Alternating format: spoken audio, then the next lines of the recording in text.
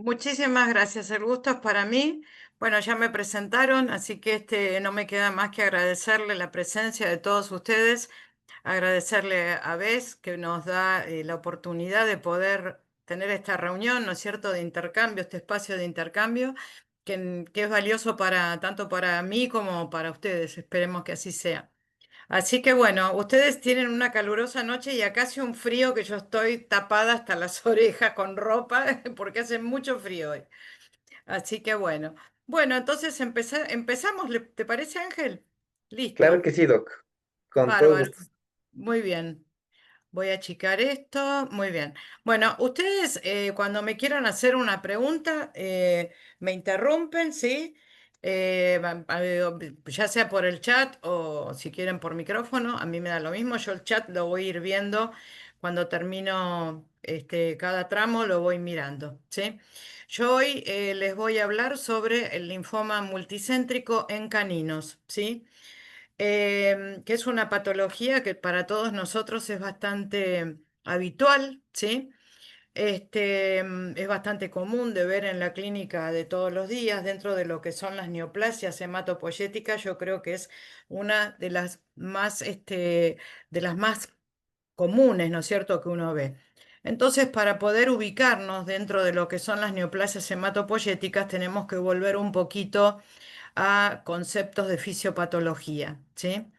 Entonces, vamos a recordar qué era la hematopoiesis. La hematopoiesis es la producción, ¿no es cierto?, a nivel medular de todas las células de la sangre que se van a generar a partir de una única célula multipotencial o pluripotencial, como vemos acá en la imagen, que va a dar origen a dos grandes líneas. Una es el progenitor mieloide y otro es el progenitor linfoide. Estas son las dos grandes líneas, ¿no es cierto?, que a partir de las cuales se van a ir generando las células de la sangre.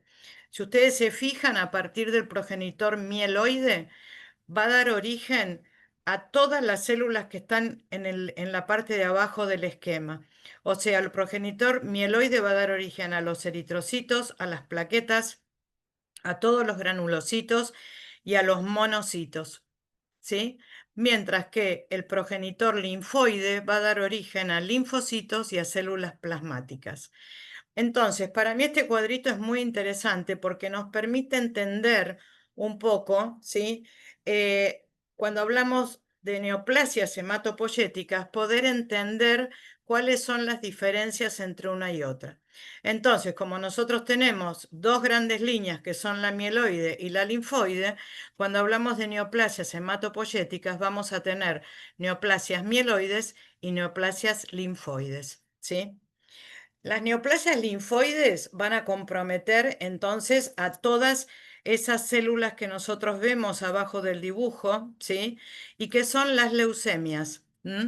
Las leucemias van a tener origen a nivel de la médula ósea y entonces según la línea afectada vamos a hablar de eritroleucemia, de leucemia megacariocítica cuando compromete la serie plaquetaria, leucemia mieloide crónica o granulocítica, ¿sí?, cuando compromete eosinófilos, neutrófilos o basófilos, y la leucemia monocítica cuando compromete al monocito.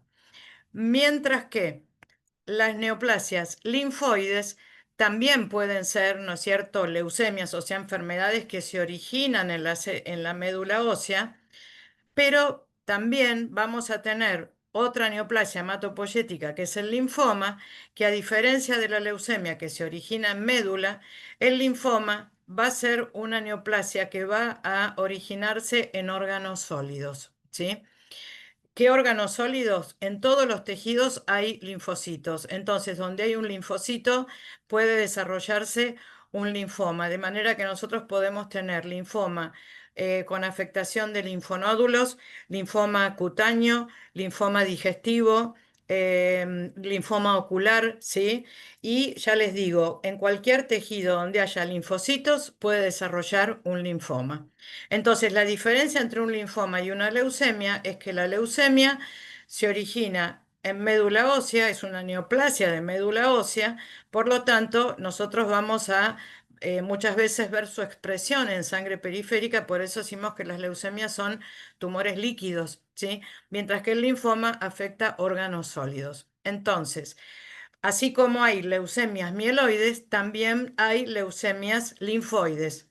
¿Cuál es la diferencia entre un linfoma y una leucemia? Que la leucemia se origina en médula y el linfoma en ese órgano sólido. Y nosotros dijimos que la serie linfoide es la que va a dar origen a linfocitos y células plasmáticas. Cuando son las células plasmáticas las comprometidas a nivel medular, vamos a tener entonces otra patología, otra neoplasia hematopoyética que es el mieloma múltiple.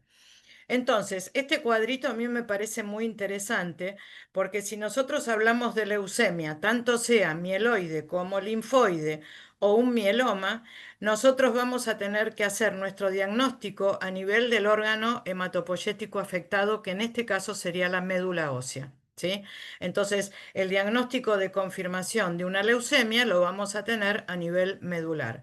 Ahora bien, si yo tengo un cuadro de linfadenopatía, ya sea superficial o profunda, el diagnóstico lo vamos a hacer a nivel de ese órgano sólido afectado. ¿Sí? Entonces, este cuadrito nos determina por qué nosotros para una leucemia vamos a médula, para un mieloma vamos a médula y para un linfoma vamos a ir o a los linfonódulos mesentéricos o los superficiales o a las placas cutáneas, ¿sí? Entonces, este cuadrito a mí me parece es muy interesante porque nos permite diferenciar y ubicarnos un poco, ¿no es cierto?, en toda esta cantidad de neoplasias hematopoyéticas que viéndolo así es algo absolutamente sencillo. ¿M? Este cuadrito también me va a explicar por qué yo uso protocolos distintos cuando estoy hablando de una neoplasia mieloide, ¿sí? Porque para una neoplasia mieloide con compromiso de rojos, blancos, plaquetas, yo voy a usar protocolos que tengan buena llegada a ese tipo celular. Mientras que cuando hablamos de neoplasias linfoides, sea un linfoma, una leucemia linfoide o un mieloma, voy a usar otro tipo de protocolos. Voy a usar protocolos de células redondas, ¿sí? Entonces, también este cuadrito lo que me está dando a entender es el pronóstico, ¿sí? De todas estas enfermedades, porque no es lo mismo una neoplasia mieloide que una neoplasia linfoide, ¿sí? Y en función de ese diagnóstico que nosotros hagamos, vamos entonces a elegir ese tratamiento y con esto vamos a tener el éxito en el manejo de nuestros pacientes. Entonces, bueno, dicho todo esto, vamos entonces a hablar del linfoma, ¿sí? Las leucemias es un tema bastante más amplio, pero también vamos a ver que son enfermedades que nosotros nos las vamos a topar muchas veces arriba de la camilla y un poquito lo que tenemos es que tener siempre presente este cuadrito para poder entender. Bueno, entonces vamos al linfoma. El linfoma entonces dijimos que es una neoplasia de origen linfoide, ¿sí? En el cuadrito recuerden el progenitor linfoide, originada en órganos sólidos. Órganos sólidos me refiero a linfonódulos, el hígado, el vaso, la piel, ¿sí? El tracto digestivo, el ojo, el epitelio, la mucosa nasal. O sea, todo lo que es órgano linfoide, y les repito, donde haya un linfocito, se puede desarrollar potencialmente, ¿no es cierto?, un linfoma. Bueno, con respecto a la etiología, bueno, decimos que la etiología es multifactorial, ¿no es cierto? ¿Eso qué quiere decir? Que acá tiene mucho que ver la genética del paciente, ¿sí? Todas las líneas familiares sobre todo. También el uso de pesticidas, las radiaciones. Los pesticidas llevan en todo lo que es oncología un puesto muy importante, ¿no es cierto? Como agentes oncológicos, digamos. Entonces, lo tenemos que tener muy en cuenta y las radiaciones obviamente también y todo lo que son las líneas familiares también. Con respecto a la edad de presentación nosotros vamos a ver que se puede dar, antes nosotros lo veíamos en animales gerontes, pero ahora, hoy por hoy, lo vemos en animales jóvenes, en animales de edad mediana y en animales gerontes. Digamos que uno es difícil encontrar un linfoma en un animalito de un año, pero podríamos llegar a verlo. Yo a lo largo de 30 años lo vi un par de veces y cuanto más joven es el paciente, se supone, ¿no es cierto?, que está asociado a los inmunofenotipos más agresivos. ¿M? ¿Se acuerdan que había dos inmunofenotipos, el B y el T? El B es el que de comportamiento no tan agresivo como lo es el T. Y en un momento que nosotros pudimos hacer tipificación por citometría de flujo, lo que sí vimos es que las formas más agresivas, que son los linfomas T, estaban asociados, ¿no es cierto?, a pacientes jóvenes o pacientes con linfomas de presentación más, no la más común, que es la multicéntrica, ¿no?, sino que estaba asociado al linfoma mediastínico o al linfoma digestivo, sobre todo en animales jovencitos. Bueno, con respecto a las formas de presentación, en el canino el 80% de los pacientes presentan la forma multicéntrica, y después muchas veces a lo largo del tratamiento comienzan a aparecer otras complicaciones que pueden ser complicaciones cutáneas, complicaciones digestivas, ¿sí? Lo cual a nosotros nos sirve como factores pronósticos, ¿sí? A la hora de hacer el pronóstico de ese paciente. En el felino, como ustedes van a ver en la próxima clase, tiene tres presentaciones que son un tercio mediastínico y un tercio digestivo, y el tercio restante es el extranodal, que puede tener localización en cualquier otro tejido. ¿M? Bueno, eh, con respecto al diagnóstico, nosotros podemos tener un paciente que llega a la consulta con un muy buen estado general, como esta perrita setter, ¿sí? O podemos tener, o como este Bull Mastiff, o podemos tener un paciente que llega con ya un estado general bastante afectado, ¿no es cierto? Y esto también lo tenemos que tener en cuenta. O sea, fíjense las cosas que estamos hablando.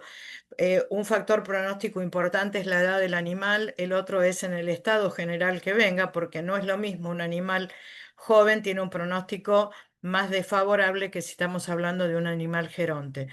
Este Bull Mastiff era un perrito que se atendió en el hospital, que tenía 2 años, ¿sí? Y era un padrillo que en su línea familiar siguieron apareciendo hijos y nietos, ¿no es cierto?, de él mismo, que ya se habían vendido los servicios, y siguieron apareciendo casos de linfoma. O sea, miren lo que es la genética, ¿no es cierto?, cómo se va repitiendo en todo lo que es la línea vertical.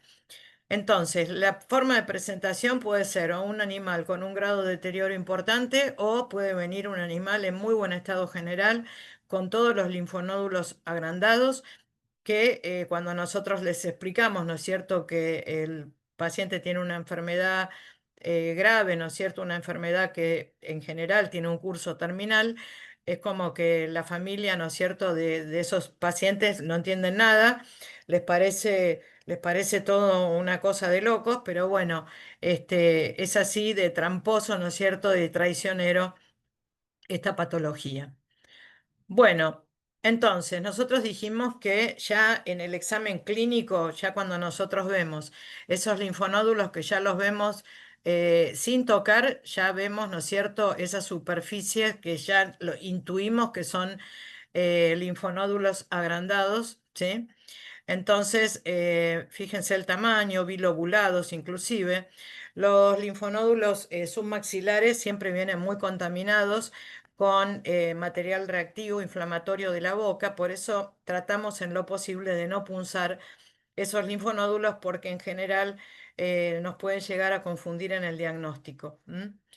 Entonces, ya les digo, en el 80% de los pacientes la forma de presentación es la multicéntrica, con todos los linfonódulos agrandados de tamaño, ¿sí? Y nosotros nuestro diagnóstico lo vamos a hacer con punción con aguja fina, ¿sí? La citología es confirmativa en más del 80% de los casos. Hacemos entonces la punción de ese ganglio. Vamos a hacer con la aguja finita una buena aspiración con una jeringa de 5 centímetros, y tratando de que no se contamine con sangre para obtener un material ganglionar en pureza, ¿sí? Y ustedes ven, por ejemplo, la foto de la izquierda para los que hacen laboratorio. Esto ustedes lo pueden hacer en el consultorio, ¿sí? Es muy sencillo. Yo les diría que al principio, para no contaminarla con sangre, es pinchar, ¿sí? O sea, punzar, aspirar una sola vez y lo que quedó cargado en el cuerpo de la aguja, eso entonces lo extendemos y lo miramos. ¿M? Después, cuando uno va tomando más confianza en la técnica, se anima a hacer varias punciones así en abanico. Pero bueno, si la contaminamos, después para el laboratorio es muy difícil de leer. Fíjense en la imagen de la izquierda, esa es una población de linfocitos pequeños, picnóticos, que no tienen ninguna alteración, mientras que en la foto de la derecha vemos se ven algunos linfocitos pequeños, pero la mayoría, el predominio, es de linfocitos grandes con nucleolos, ¿sí? Esos son linfoblastos, ¿sí? Cuando a mí una citología me da más del 80% de células blásticas, de linfoblastos, eso ya es confirmativo, ¿no es cierto?, de linfoma. Si tengo la duda, porque a veces son ganglios hiperplásicos, que vamos a tener un 60 o un 50% de células blásticas, de linfoblastos, y el resto son linfocitos o células plasmáticas, cuando tengo la duda, entonces ahí lo que se hace es biopsia ganglionar y el laboratorio de histopatología va a ser el que nos dé el diagnóstico final, ¿sí? Pero ya les digo, yo diría que en el 90% de los casos nosotros podemos hacer un buen diagnóstico con punción con aguja fina, ¿sí? Y para los que se animan a mirar, punción con aguja fina, hacemos el extendido y ese extendido lo podemos mirar, lo podemos teñir con la técnica de metanol 1 minuto y Giemsa durante 15 minutos. Lavamos y miramos al microscopio de inmersión, ¿sí? Y después es hacer las cuentas simplemente. Bueno. Acá les muestro otras fotos. En esta foto de la derecha se ve más claramente. Fíjense que casi todos los linfoblastos tienen nucleolo, lo cual los define como linfoblastos, y prácticamente acá no se ven linfocitos maduros pequeños, ¿sí? Bueno, acá lo mismo, inclusive en esta foto de acá abajo se ve una mitosis aberrante, que eso me está indicando un nivel, ¿no es cierto?, de aceleración en la reproducción celular importante. Acá lo mismo, tenemos otra imagen de mitosis aberrante. Bueno, y estos son pacientes que tuvimos del hospital, ¿sí? Este perro tenía un linfoma multicéntrico, o sea, tenía todos los linfonódulos superficiales agrandados y lo que es tejido linfoide de los anexos del ojo estaban también completamente infartados. Entonces, fíjense cómo le salían esas, parecían frutillas, ¿no? Y era todo lo que es la conjuntiva y tejido del tercer párpado que tiene mucho linfocito, ¿no es cierto?, en ese tejido. Luego este perrito, mirándolo de costado, se le veía una deformación del puente nasal, o sea, había también un compromiso de cavidad nasal y cuando le abrimos la boca nos encontramos también con una proliferación linfoide en el istmo de las fauces, ¿sí? Este era un perro joven, este perro fue tipificado como un linfoma T y obviamente tuvo una sobrevida bastante escasa, ¿sí? Bastante pobre porque esto era ya significativo de ser un proceso completamente agresivo. Bueno, otra de las complicaciones que nosotros podemos tener a lo largo de el tratamiento o la presentación de un linfoma son todos los que son las uveitis, ¿no es cierto? Y los procesos oculares que muchas veces acompañan a estos pacientes, no solamente en los linfomas, sino también en todas las neoplasias hematopoyéticas, ¿sí? Es muy habitual que en todo lo que es neoplasia hematopoyética vamos a tener signos oculares, lo mismo también hepato y esplenomegalia, pero hepato y esplenomegalia vamos a tener también, ¿por qué? Porque son órganos vinculados con la hematopoiesis, ¿sí? Recuerden que en la vida fetal los que fabrican sangre son el vaso y el hígado. Entonces, hacia el último tercio de la gestación, estos órganos van a darle el paso, ¿no es cierto?, a la médula ósea, que es la que va a generar sangre. Pero a lo largo de la vida, cuando el hígado o el vaso detectan que hay una alteración, ¿no es cierto?, hematopoyética, tratan de colaborar con el funcionamiento medular y ahí es donde vamos a encontrar la pato, la esplenomegalia o algunas alteraciones ecográficas, ¿sí? Tanto en la ecoestructura como alteraciones, ¿no es cierto?, focales o difusas. O sea que las uveitis en general, sobre todo si son uveitis bilaterales, el oftalmólogo en general dice, anda a ver al hematólogo. Bueno. Este perrito tenía un linfoma cutáneo que ahora lo vamos a ver más de cerca. El linfoma cutáneo, en el caso de esta perrita, vino la familia lo que creía era que tenía una alergia, porque tenía esta lesión semihúmeda, que es como una gran placa, ¿no es cierto? Y tenía también linfadenopatía superficial. Tanto el linfonódulo como la punción con aguja fina de esta placa, ¿sí? Dio como diagnóstico más de un 80% de linfoblastos y también, bueno, el diagnóstico de certeza fue ese.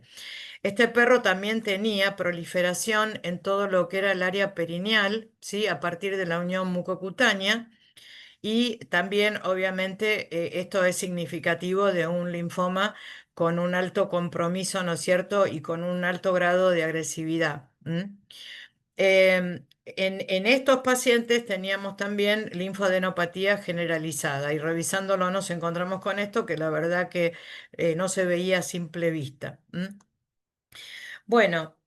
Esta perrita tenía un linfoma multicéntrico y a lo largo de su tratamiento la señora estaba ya con todo el bloque quimioterápico, allá hacía como 5 o 6 meses, y la señora, cuando la trajo a hacer la quimio, comentó que la perrita tenía esta alergia. Y la verdad que como alergia era rara porque era un poco sobrelevada, empezamos a revisarla bien y también tenía estas mismas placas en la zona de la babilla, que fueron punzadas, tanto esta como la de la carita, y dio también la misma citología, ¿sí? Dio la misma citología con más de un 80% de linfoblastos, o sea que esto como factor pronóstico era algo grave, ¿no es cierto? Porque si estando la perrita con un bloque terapéutico importante, no solamente los linfonódulos no habían remitido del todo y encima aparecen este tipo de lesiones,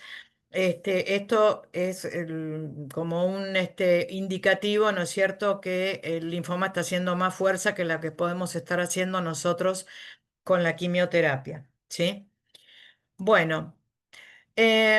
Nosotros cuando tenemos nuestro paciente, lo primero que tenemos que hacer es estadificarlo, ¿sí?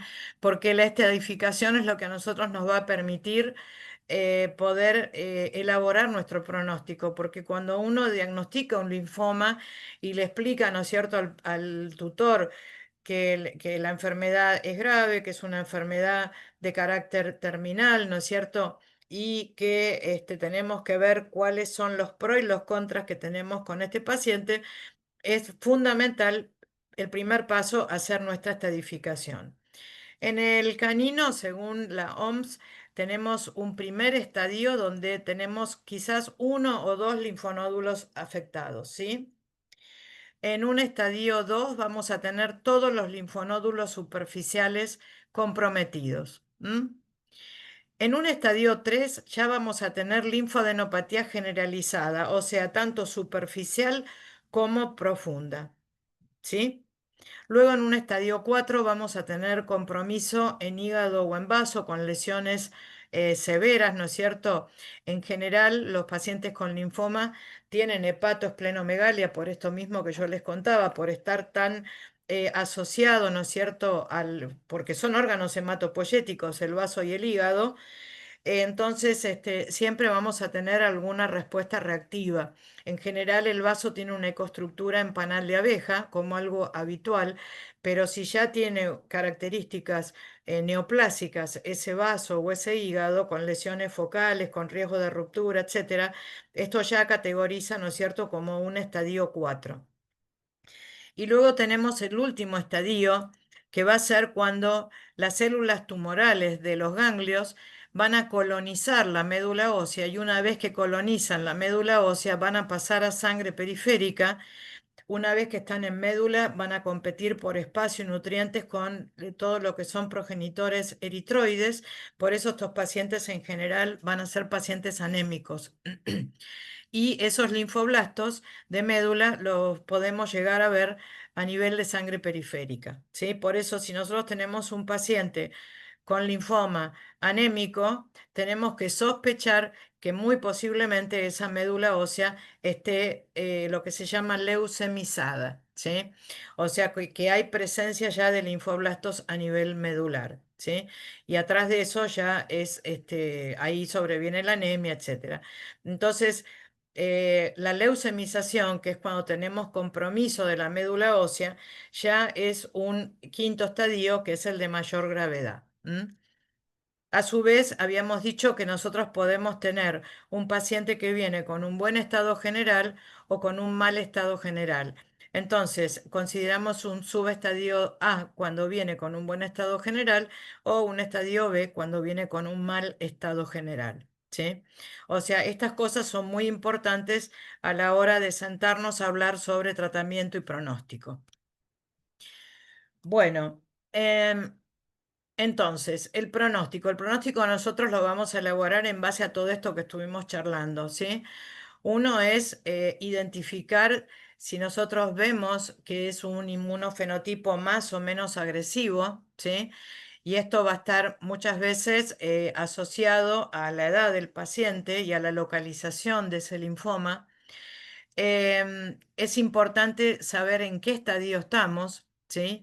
Y el subestadio clínico, si está en buen estado general o en mal estado general. Otro factor pronóstico importantísimo es la edad del paciente. Si yo tengo un animal de más de 7 años, yo digo, bueno, esto lo tenemos a nuestro favor, porque un animal de más de 7 años, los procesos tumorales en general se asocian a los inmunofenotipos menos agresivos, ¿sí?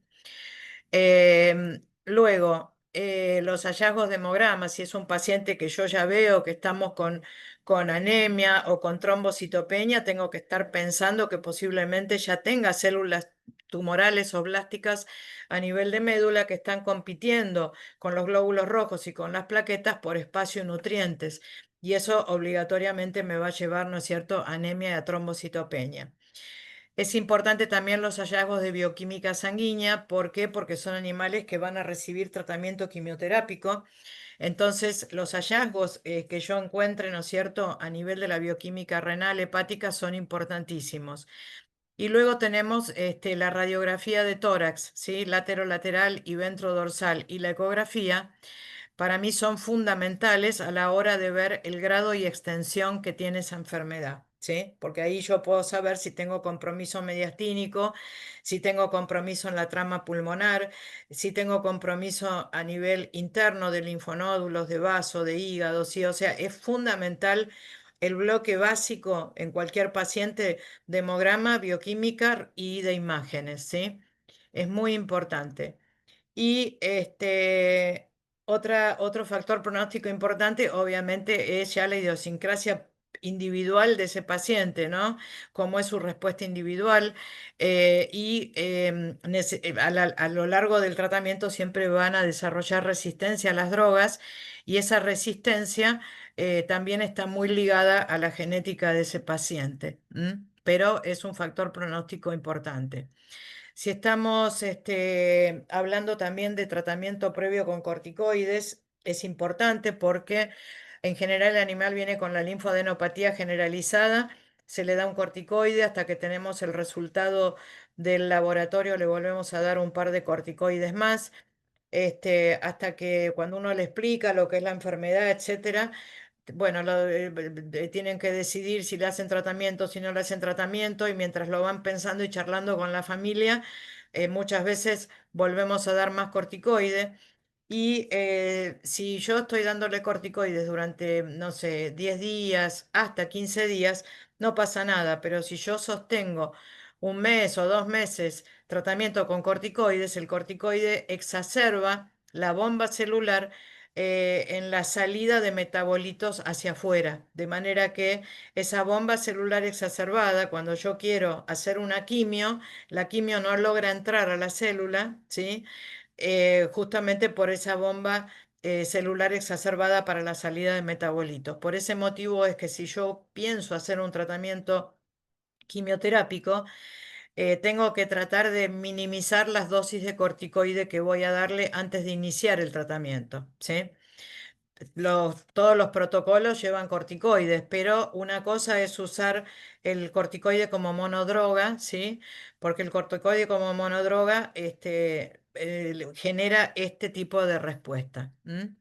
Y cuando hablamos de gatos, obviamente es muy importante saber si tiene enfermedades virales de base, porque un bifoviles positivo es como un factor pronóstico también que me va a ir en contra, ¿no es cierto?, del tratamiento. Entonces, nosotros igual hacemos tratamiento. En otras épocas los pobres gatitos con BIF o BILEF los sacábamos de tratamiento, pero hoy por hoy ya van a ver, cuando tengan la próxima clase, van a avanzar igual con tratamientos de todas formas. Entonces, cuando yo tengo el paciente delante, tengo que ver qué cosas tiene a su favor: la edad, el estado general, los hallazgos de hemograma, los hallazgos de bioquímica, ¿sí? Y después lo que uno tiene que plantear, obviamente, es que estamos en manos de su respuesta individual y que en algún momento va a haber resistencia a las drogas. A partir de ese momento vamos a hacer cambios en los protocolos, pero bueno, esto todo tiene que estar muy conversado con la familia, ¿sí? Para saber bien, bien a qué hay que atenerse, ¿m? Y darle la posibilidad si quieren o no hacer tratamiento. Bueno. Dentro del tratamiento para el linfoma, nosotros podemos hacer una quimioterapia a monodroga, sí que ya hoy por hoy no se usa prácticamente más, o hacemos un tratamiento que es con varios tipos de drogas, que es la poliquimioterapia. ¿Qué es lo que nosotros conseguimos con la poliquimioterapia? Que vamos a minimizar las dosis de cada droga quimioterápica, ¿sí? Y de esta manera, cada droga va a actuar a diferentes niveles del ciclo celular tumoral, y de esa manera vamos a tener mejor respuesta. Esa resistencia a las drogas va a venir más tarde, ¿sí? Y vamos a tener, por supuesto, mucha mejor respuesta y una sobrevida más larga posiblemente, ¿sí? Entonces, por ese motivo es que nosotros usamos la poliquimioterapia. Nosotros usamos un abanico, ¿no es cierto?, de drogas, ¿sí? Hoy por hoy tenemos un laboratorio que es Chemovet, que tiene la producción, ¿no es cierto?, de drogas quimioterápicas como la ciclofosfamida, el clorambucilo. Inclusive el clorambucilo tenemos la oportunidad de poder indicarlo de 5 miligramos perdón, de 2 miligramos o de 10 miligramos para distintos quilajes.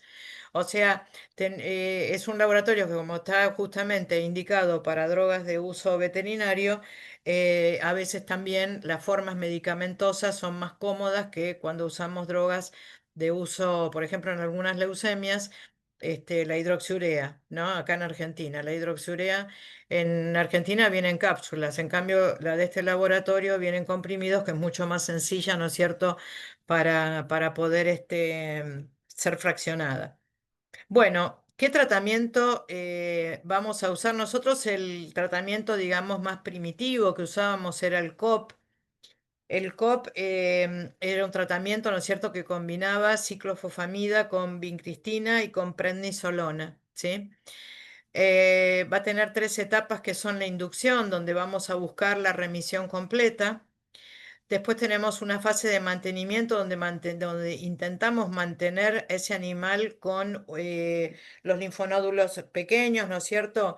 Y en algún momento va a sobrevenir una recaída, o sea que esos linfonódulos comienzan a agrandarse nuevamente, y ahí es donde vamos a tener que poner en práctica el rescate, ¿sí?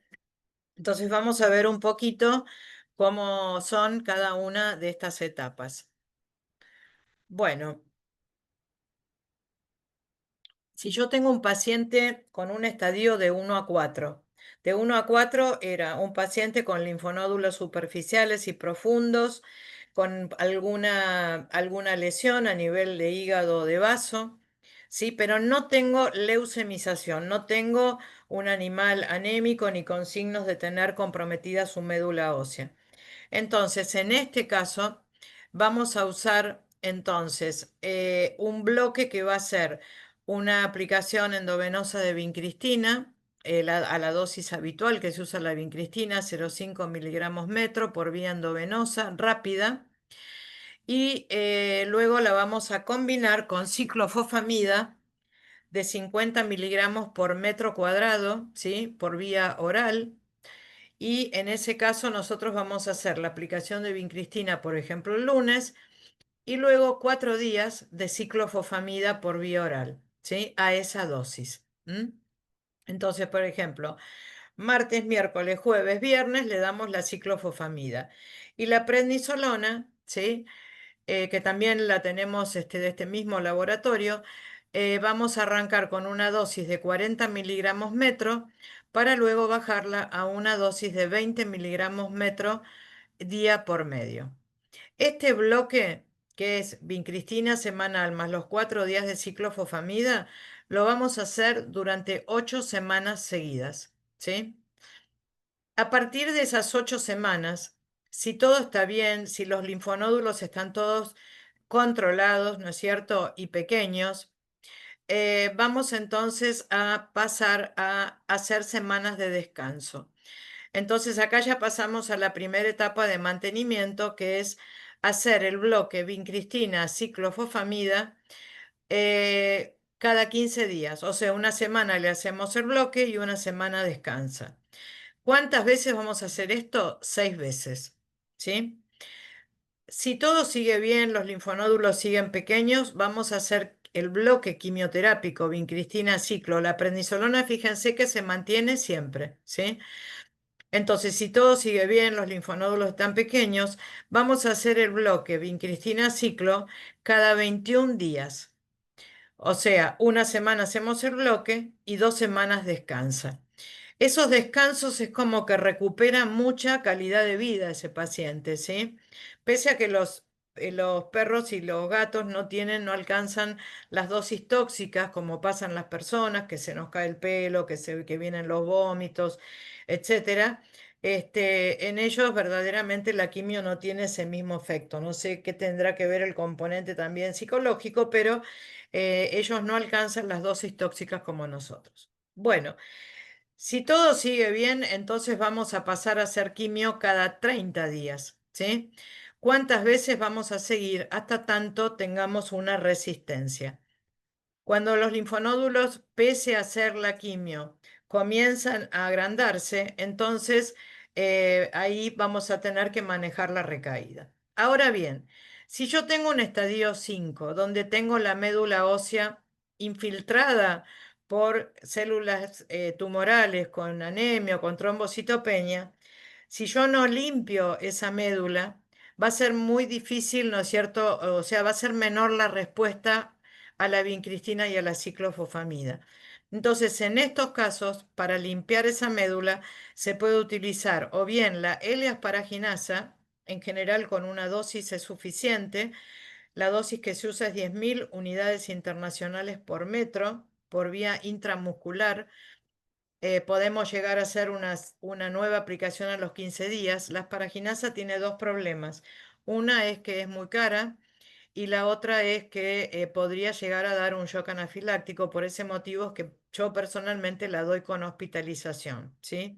Difenidramina, corticoide y hospitalización. O sea, con una vía le dan la inyección y lo tengo hospitalizado durante unas 4 o 6 horas.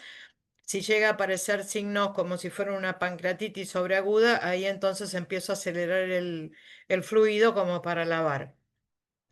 Otra droga que se usa para limpiar la médula, también se da una única aplicación, es el arabinósido de citosina en dosis de 100 miligramos por metro por vía endovenosa. Una vez que hice estas aplicaciones como para limpiar esa médula, ahí entonces pongo en práctica todo el estadio anterior.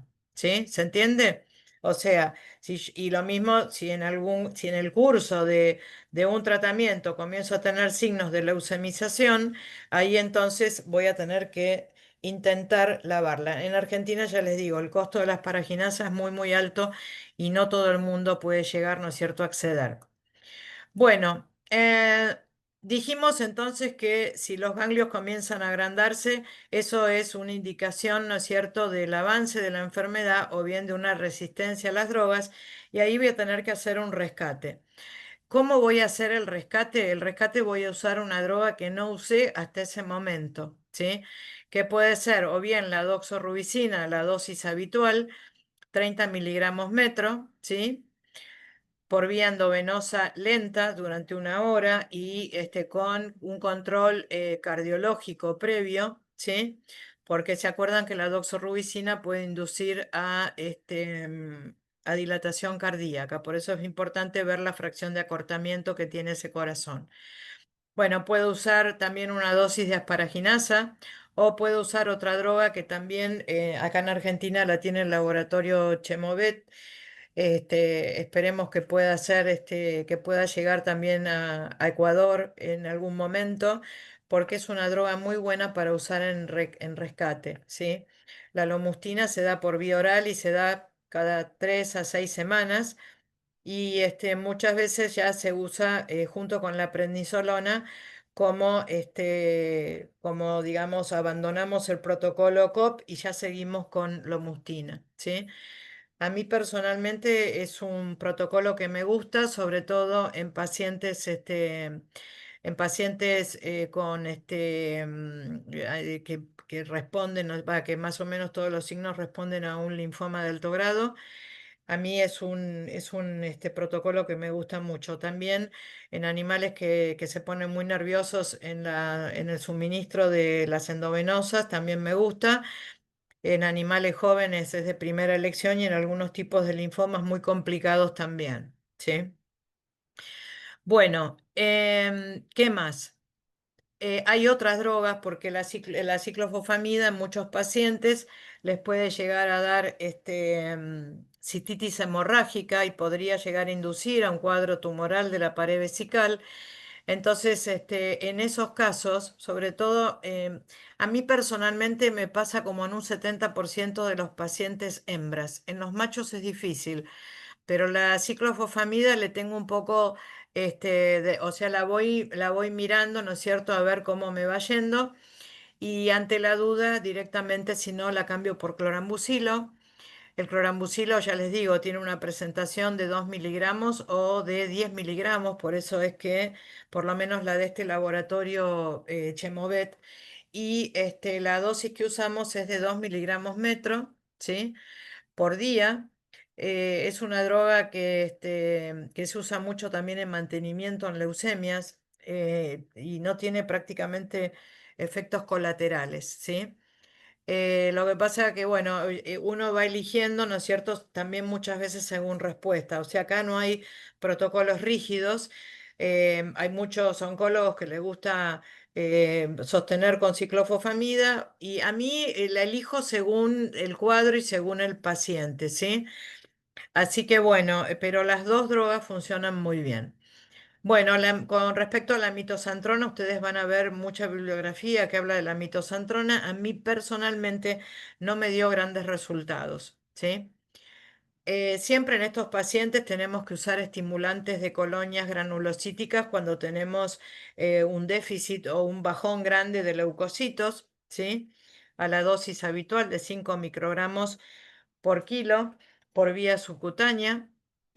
Por lo menos en Argentina el filgrastim viene en 300 microgramos, es una ampollita pequeña. Es importante también la nutrición que le damos y acá es donde también cobra importancia algunos complementos dietarios, como por ejemplo este que está acá en la imagen, el Vitality, porque son fuentes de omega 3, ¿no es cierto?, que son muy interesantes en todo lo que es un paciente oncológico, ¿sí? De la misma manera que también muchas veces necesitamos echar mano a protectores hepáticos como la silimarina y en ese caso tenemos el silimavet. Bueno, con respecto a las vacunas, eso está bastante discutido, ¿no es cierto? En oncología. Allá en el hospital nosotros decíamos vacunas no, porque en el linfoma la vacuna podría inducir, ¿no es cierto?, a una reagudización. Pero hoy por hoy sí se están vacunando, ¿no es cierto?, los pacientes con linfomas o con leucemias se están vacunando porque por otro lado son pacientes que están inmunosuprimidos y que están también más expuestos, ¿no es cierto?, que otro tipo de pacientes. ¿M? Bueno, otro protocolo que a mí personalmente me gusta también mucho es el Wisconsin, ¿sí? El Wisconsin, si ustedes, este es el esquema básico, ¿no es cierto?, de un Wisconsin. Si ustedes se fijan, el Wisconsin son 25 semanas de tratamiento, pero fíjense que yo comienzo con un bloque. Primer semana solo se le da vincristina. Segunda semana solo se le da ciclofosfamida o clorambucilo, ¿sí? A decidir. Tercer semana volvemos a la vincristina. Cuarta semana doxorubicina y la quinta semana descanso. Y ahí ya suspendemos la prednisolona. ¿M? Este es el esquema que yo siempre les doy a los pacientes, tanto al paciente como al clínico que va a hacer el pasaje de la quimio. Por eso están todos los detalles de cuándo volver, etcétera. Pero ustedes fíjense, después repetimos de la sexta semana a la semana 9, repetimos vincristina ciclo, vincristina doxo. Y a la décima semana hacemos descanso. Y a partir de esa décima semana, fíjense que es vincristina descanso, ciclofosfamida o clorambucilo y después descanso, vincristina descanso, doxo descanso. Entonces fíjense que son casi más descansos que pasajes de quimio. A mí este protocolo me gusta mucho porque por lo menos con este yo tengo excelentes sobrevidas de 1 año y medio hasta casi 2 años. Hay una muy buena recuperación al haber tanto descanso y hacer de una droga semanal. Es como que el deterioro llega muchísimo más tarde, por lo menos en mi impresión, ¿sí? Recuerden siempre, ¿no es cierto?, que para usar doxorubicina hay que hacer los controles, previo a cada quimio también hay que hacer controles de glóbulos blancos.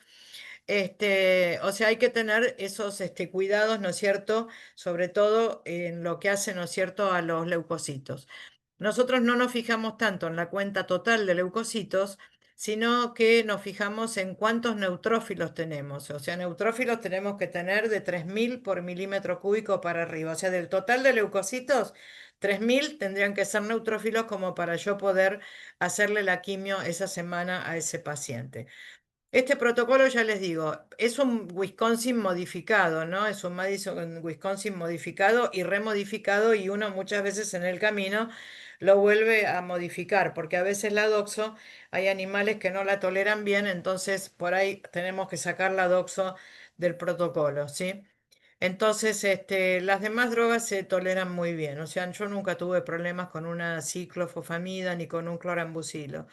Y la prednisolona, fíjense que a partir de de la quinta semana ya la puedo llegar a sacar. Entonces eso a mí también me da como tener ese as en la manga que si la cosa se me empieza a complicar, yo puedo volver a hacer un retoque con prednisolona, ¿sí? Pero ya les digo, es un protocolo que a mí me da muy buenos resultados. Bueno, en el curso de un tratamiento del linfoma, nosotros podemos tener estos cuadros que son el edema de vena cava craneal. Esto es un signo como factor pronóstico es malo, ¿sí? En general, cuando tienen este signo, la cosa se está poniendo muy difícil. Esto se produce por la compresión de los linfonódulos internos y se genera este anasarca en toda la cabeza. Este perro era un Doberman, fíjese lo que es la cabeza, pobrecito, ¿sí? Y esto ya era así, era como un síntoma, ¿no es cierto? Un signo de malignidad importante, porque además, si ustedes ven, los dos pacientes están completamente caídos, ¿no es cierto? Completamente entregados. ¿M? Yo cuando pasa esto, cuando se hace este edema, uy, ahí me quiero morir. En general lo que hago es darle un corticoide a dosis alta, 2 miligramos kilo, inyectable, una dexametasona y esperar respuesta, ¿sí? O sea, se la doy varios días y espero respuesta. En el caso de estos dos pacientes, ya habían llegado a su etapa terminal, lamentablemente. Y en esta perrita, Uma hace ya como un año y medio que está, un año y medio ya pasado que está de tratamiento, está con el protocolo Madison, Wisconsin. Y fíjense en la primera foto de la izquierda cómo se había hinchado toda, que ahí yo dije, bueno, chau. Pero el hemograma estaba muy bien, con lo cual evidentemente esto es una resistencia al protocolo, ¿no es cierto?, básico, vincristina ciclo, vincristina clorambucilo. Em, con las dos aplicaciones de dexametasona ya bajó, miren cómo bajó sensiblemente y fíjense en la foto de la derecha. Prácticamente ahí está completamente deshinchada. Además la perrita estaba bien, quería comer, tenía dificultad, digamos, estaba fastidiosa, estaba fastidiada porque no se podía acostar con facilidad y más con esta raza. Pero bueno, ella sigue entre nosotros y ahora hicimos un cambio de protocolo por lomustina, ¿sí? Fíjense cómo se... Estas son fotos que me mandaban que me mandan sus dueños, porque ellos se la pasan midiéndole los ganglios. Y los ganglios submaxilares, yo hoy les explicaba, mira, los ganglios submaxilares no van a bajar del todo, porque ya tienen un componente inflamatorio crónico importante y ya también hay mucho tejido de fibrosis, con lo cual ya va a ser más difícil hacer bajar a cero estos linfonódulos y mientras no me vayan a generar un cuadro de edema en la cabeza, evidentemente, bueno, podemos seguir en la lucha. ¿M? Bueno, y después tengo algunos otros casos interesantes que quería compartir, como por ejemplo Cereza. Cereza tenía una larguísima historia, era una perrita de 14 años, una mesticita, que tuvo en el año 2018 Ehrlichia, completó tratamiento. En 2019 comienza con signos digestivos y ahí también le echaron la culpa a la Ehrlichia, ¿no es cierto? Que posiblemente le había vuelto a la Ehrlichia, pero por una endoscopia se llegó a un diagnóstico de enfermedad inflamatoria intestinal linfoplasmocítica. O sea, estábamos en la familia, ¿sí? Siempre la cosa rondaba alrededor del linfocito, el linfocito así hiperactivo, hiperkinético. Em, Ahí se le hizo una citología medular por las dudas, porque yo dije a ver si todavía es una leucemia con expresión y compromiso digestivo, entonces por las dudas le hicimos, pero la citología medular era normal, no había una infiltración leucémica, ¿sí? O sea, había una cantidad de linfocitos de un 8%, cuando yo hasta 10% se considera normal, con lo cual esta población linfoide se la interpretó como reactiva a su enfermedad linfoplasmocítica intestinal. Esto en el año 2019 ya. En 2020 hace una esplenopatía que podría haber sido, sí, que ese vaso no había quedado del todo bien después de la erliquia, pero bueno, siempre la perrita anduvo rondando el desorden linfoide, ¿sí? O sea, con la enfermedad linfoplasmocítica, con esa infiltración que no llegaba a ser infiltrativa a nivel medular y después terminamos con una esplenopatía que el vaso se sacó y dio como histopatología un infarto esplénico, o sea, era un proceso benigno, ¿sí? Y en 2023, bueno, hay un engrosamiento de vejiga, pero bueno, la citología que se le hizo dio inflamatorio, o sea, de eso se recuperó perfectamente bien.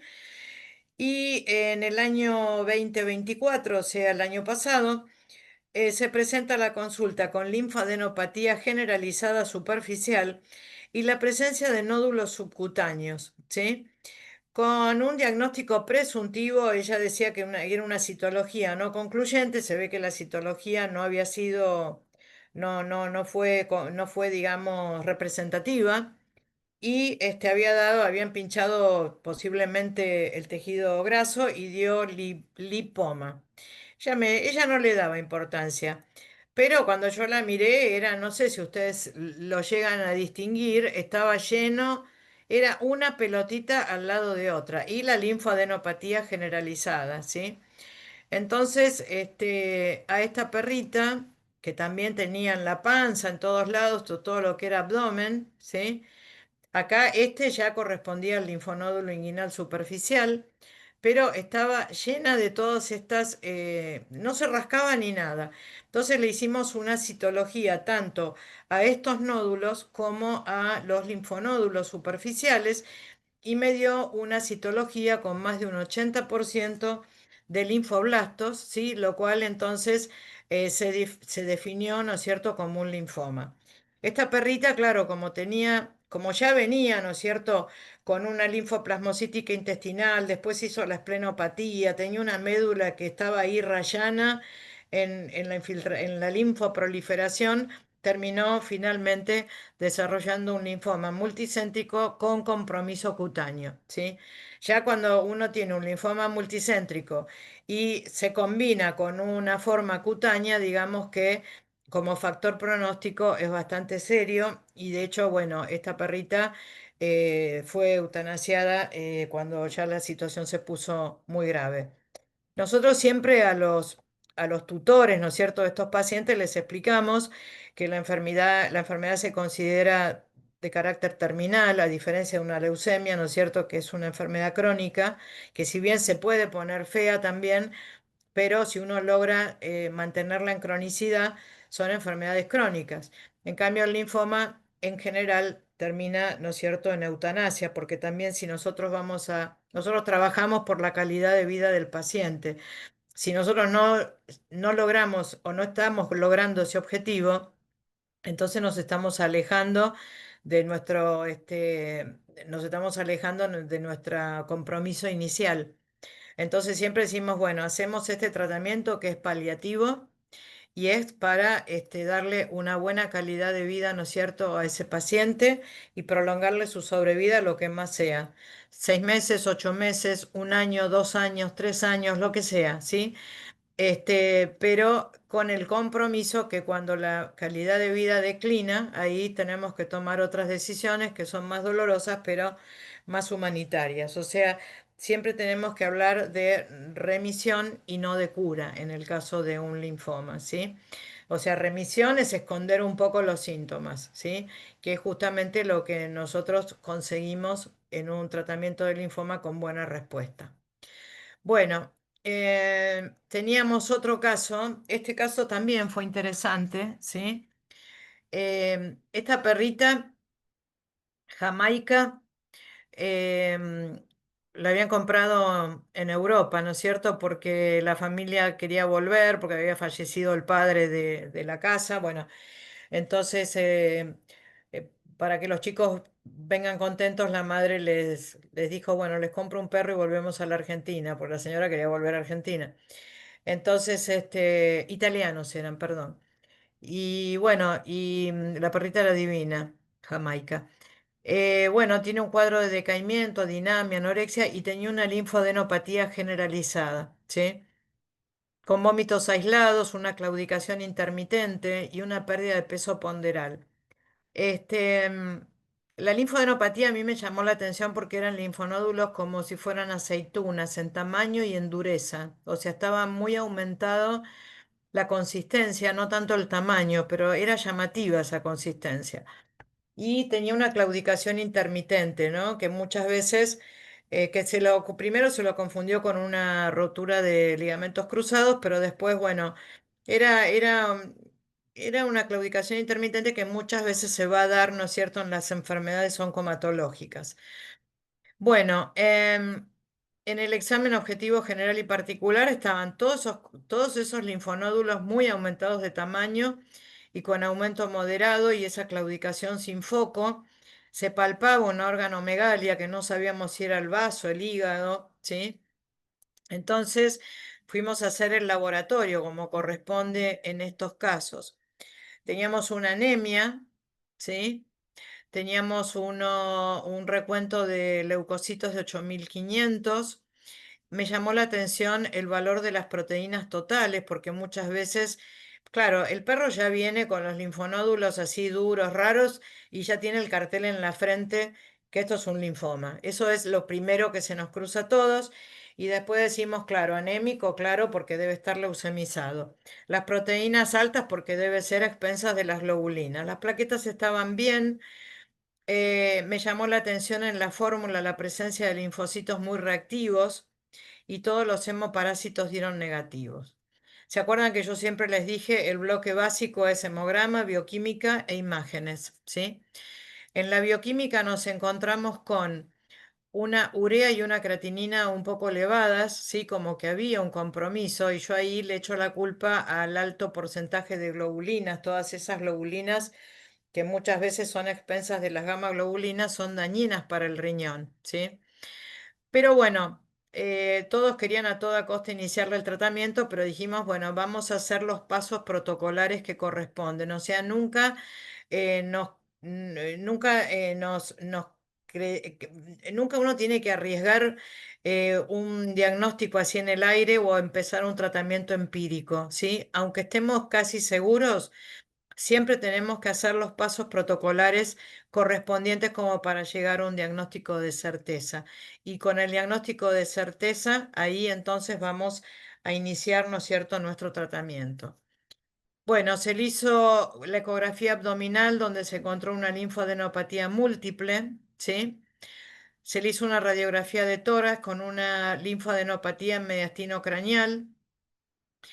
Y después lo que había que hacer era punción de ganglio y punción de médula, ¿sí? ¿Por qué? Porque esos ganglios yo los veía tan atípicos que lo que yo pensé es que quizás en lugar de ser un linfoma era una leucemia con compromiso de linfonódulos, ¿sí? Bueno, ahí es donde surge muchas veces, ¿no es cierto?, la discusión en que si esto es un linfoma, ¿por qué no empezamos? Y bueno, no, vamos a hacer todo como corresponde, ¿sí? Entonces, bueno, hicimos la punción de médula primero, ¿sí? Hicimos las dos cosas, pero la médula la vi primero, no me pregunten por qué. Recuerden que es una perra que venía de Italia, ¿sí? A nivel medular me encuentro con células plasmáticas gigantes, atípicas, y dentro de esas células plasmáticas, me encontré con macrófagos, ¿sí? Y también dentro de los linfocitos y muchos macrófagos con leishmania en su interior y presencia de leishmania en extracelular, ¿sí? Bueno, la médula tenía todo un aspecto muy reactivo dado por esas células plasmáticas y esas células gigantes, y la punción de ganglio también me dio el mismo tipo celular. O sea, fíjense cómo uno no tiene que rotular rápidamente, ¿no es cierto?, al paciente sin hacer todos los pasos protocolares correspondientes, ¿sí? Bueno. Esta perrita inicia el tratamiento específico. Nosotros acá en Argentina estamos un poquito atrasados en esto porque en Europa hacen un tratamiento mucho más específico que acá ni siquiera tenemos la medicación. Acá usamos domperidona durante un mes con alopurinol y después continuamos con alopurinol hasta tanto, ¿no es cierto?, la cosa se ponga mal porque la enfermedad progresa. Y hay que tener cuidado porque además esta enfermedad puede llegar a ser contagiosa para el hombre, según la latitud en la que estamos, ¿no? Por ejemplo, acá en Argentina, en las zonas más calurosas, las más cálidas y las más húmedas, donde está el mosquito que hace, que es donde dentro del modula la leishmania, ahí tenemos el riesgo de que pase a las personas. Bueno, inicia el tratamiento y luego ya desarrolló unas La duda masas tiene dentro del lagrimeado solo del abdomen. ojo derecho. Le dije que podría tratarse de hipersensibilidad al sol. ¿Cómo? Perdóname. Le dije que no le exponga al sol. Repetime la pregunta, por favor.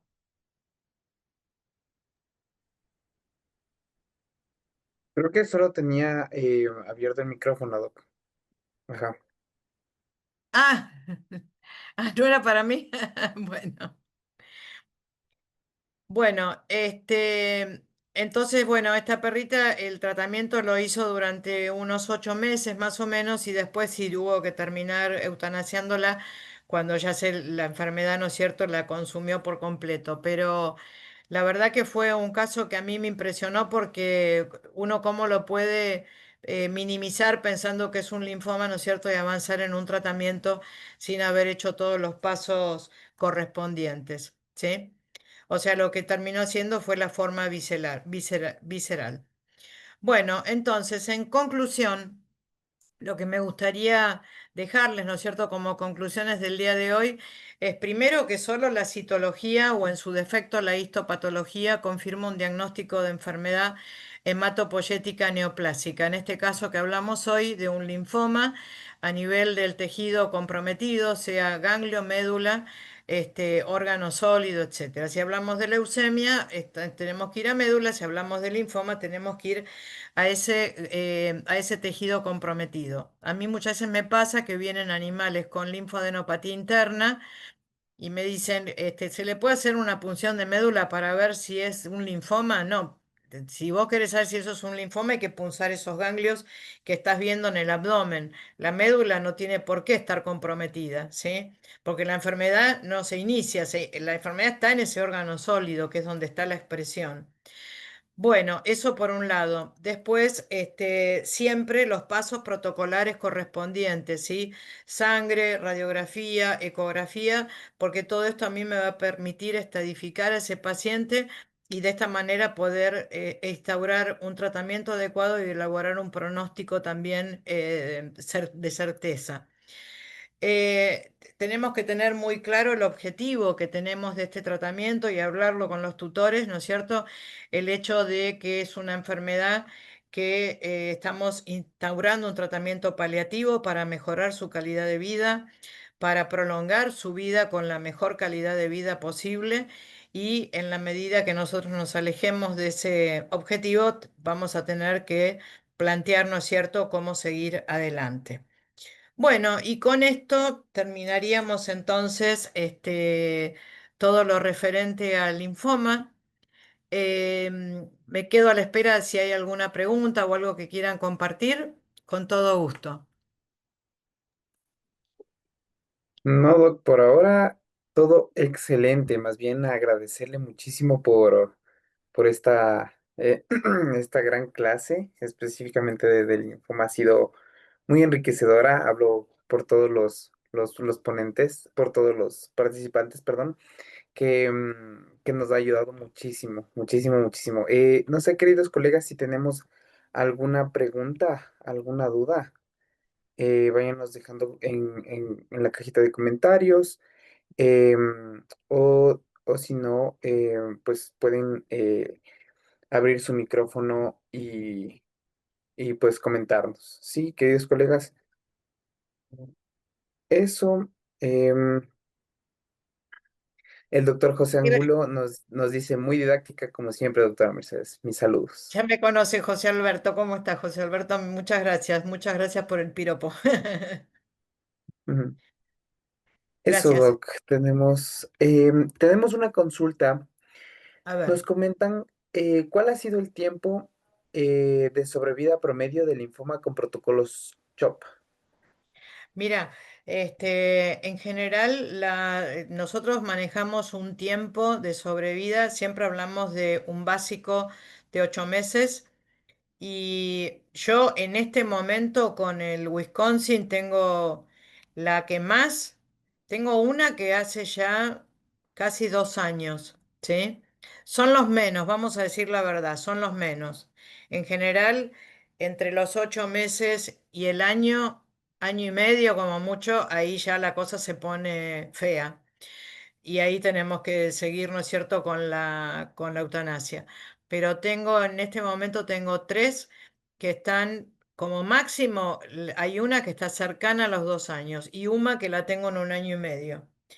Pero Uma lo que me está haciendo es resistencia a las drogas, o sea, la perrita está bárbaro, pero yo le hago la quimio, ahora le tengo esperanza a la lomustina. Lo que pasa es que se la dimos la semana pasada y la estoy controlando todas las semanas, a ver si me aguanta 4 semanas. O sea, vamos a ver, Hasta ahora el hemograma está impecable. Lo que pasa es que, bueno, ellos se la pasan midiéndole los ganglios con calibre, entonces también eso es como que parece como que la perra lo absorbiera, ¿no? La ansiedad de los dueños. Entonces, pero lo máximo, sí, lo máximo que hemos tenido, yo te diría entre 2 y 3 años. Eso fue lo máximo y con muy buena calidad de vida.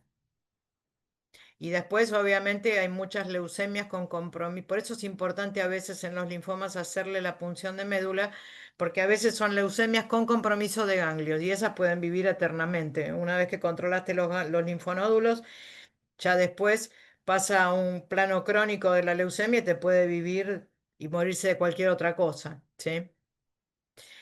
Bueno, la Chévere, diferencia entre... doc. Sí, acá Chévere, me doc. Sí, preguntan cuál es la justamente el doctor diferencia. Martínez nos dice, ¿cuál es la diferencia entre usar dexametasona o prednisolona? ¿Hay algún efecto diferente? Mira, la prednisolona es más inmunosupresora, por eso es que se usa más en combinación, digamos, con estos protocolos, porque tiene muy buen efecto, digamos, de combinación, porque es apoptótica sobre los linfocitos, etcétera. La dexametasona es un corticoide que es más antiinflamatorio, y en el caso de esta perrita, cuando te hacen esos edemas, esas anasarcas, vos lo que buscás es bajar el componente inflamatorio en ese caso. Entonces ahí le hice 4 o 5 días de dexametasona a 2 miligramos kilo y después ya seguí con prednisolona, ¿eh? Después ya seguí con prednisolona, que es más específico el efecto que yo busco sobre el linfocito. ¿Mm?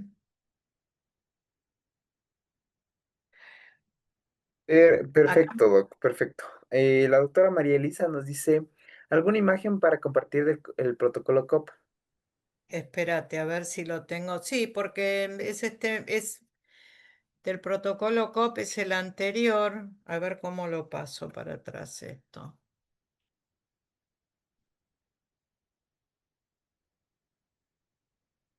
Esto se me trancó ahora la imagen, que no puedo volver para atrás. ¿Qué macana me habré Sí, mandado? si gusta, igual doc, nos puede pasar y nosotros pasamos al chat también que tenemos. ¿Lo puedo mandar al Con, chat? Ah, bueno, ¿por qué hago eso claro, entonces? claro, con todos los Sí, sí, participantes. porque tengo inclusive las dosis de perro, gato, de todo, ¿sí? El COP Buenísimo, es el doctor. que más uno usa, pero el Wisconsin, que es igual, es muy cómodo. Yo se los recomiendo. A mí me gusta mucho, porque le De da hecho, mucho descanso y a la gente no lo asusta, a la gente le da esa sensación que está intoxicando al perro todas las semanas. Entonces, es más llevadero. Para mi gusto es más llevadero. A mí me gusta más. Te la doc, mando, María Elisa, entonces. y eso le iba a preguntar antes de continuar, porque justamente ahí surgía una de mis dudas.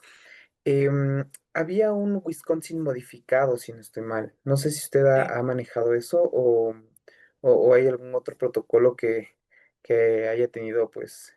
No, porque en Madison, Wisconsin, interviene la L asparaginasa, ¿sí? Ujú, O sea que ya el que yo te mostré es un sí, modificado, ¿sí? ok.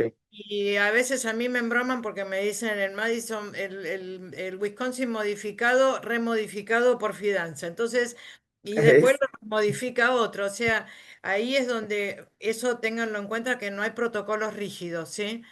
No hay protocolos rígidos ni siquiera para un mismo, para distintos animales tenemos distintos tipos de protocolos porque hay muchos que, por ejemplo, no le puedes dar doxorubicina porque les hace horrible o no le podés dar vincristina porque les hace efecto neurológico. Eso me pasó un par de veces. Eso me ha pasado. Bueno, en- yo, entendido, Doc. Y el doctor Bruno nos dice, ¿utiliza DHA junto con el protocolo? ¿A qué te referís con el DHA? Mm, Preguntémosle al doctor. Sí, doctor, ¿nos puede comentar a qué se refiere, por favor? Por las dudas. Ujú.